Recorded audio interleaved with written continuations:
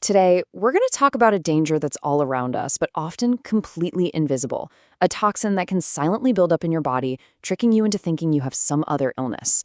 Yeah, we're diving into adult lead poisoning, and believe me, it is not just a problem of the past. So let me ask you something. We all worry about bringing work home with us, right? The stress, the emails. But what if you were carrying something way more toxic back to your family? Something you couldn't even see? Well, that question leads us right into our story. It's about a guy who works at a battery factory. For weeks, he's just been feeling off, super tired, run down, with all these vague symptoms that don't seem to connect. He has no idea his job is literally poisoning him. All right, let's get into it. To really understand what's happening to him, we have to start at the source. We have to look at where this danger actually begins. And in this case, it starts the second he clocks in for his shift.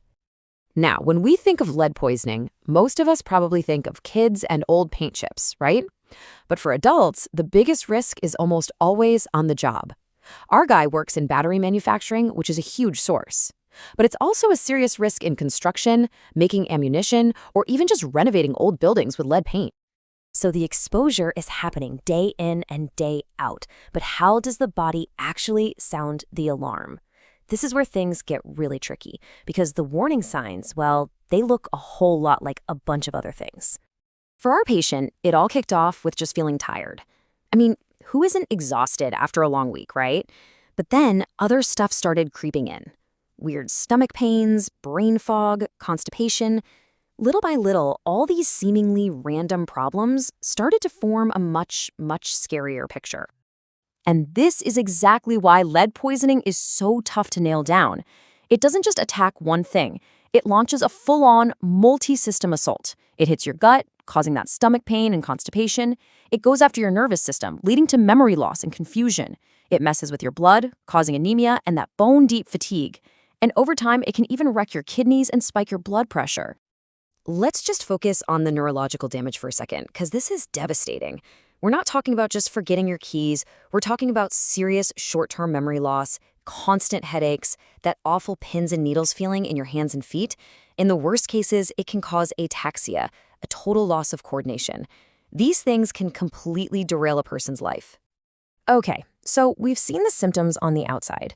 But what is lead actually doing inside the body to cause all this chaos? Let's zoom in and see how this whole attack goes down at a cellular level. It's basically a three-step invasion. For adults at work, lead usually gets in as dust or fumes that are inhaled. From the lungs, it hitches a ride in the bloodstream and gets dropped off everywhere: your brain, your kidneys, your liver. But here's the truly terrifying part. Your body mistakes lead for calcium, so it starts storing it in your bones, creating this toxic reservoir that can just sit there, leaking out poison for decades. And on a microscopic level, lead is a master saboteur. It gets inside your cells and just throws a wrench into the most basic machinery.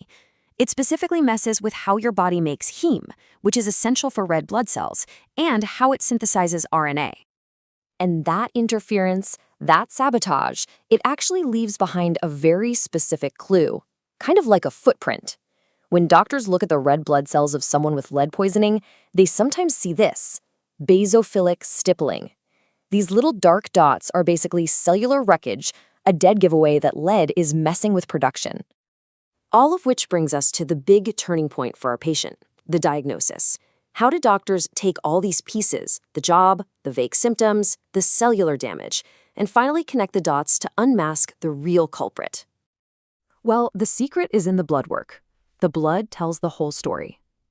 Doctors will see that the red blood cells are too small. That's the microcytic anemia we talked about. They might spot that basophilic stippling on a blood smear. But the smoking gun, the thing that seals the deal, is the direct test for lead in the blood. For our factory worker, the result was a punch to the gut, a venous lead level over 60 micrograms per deciliter. Now, to put that into perspective, anything over 5 is considered a problem. A number like 60 in an adult showing his symptoms, that's a full-blown medical emergency. It's time for immediate action. So, we have a diagnosis. The enemy has been identified. Now what's the plan?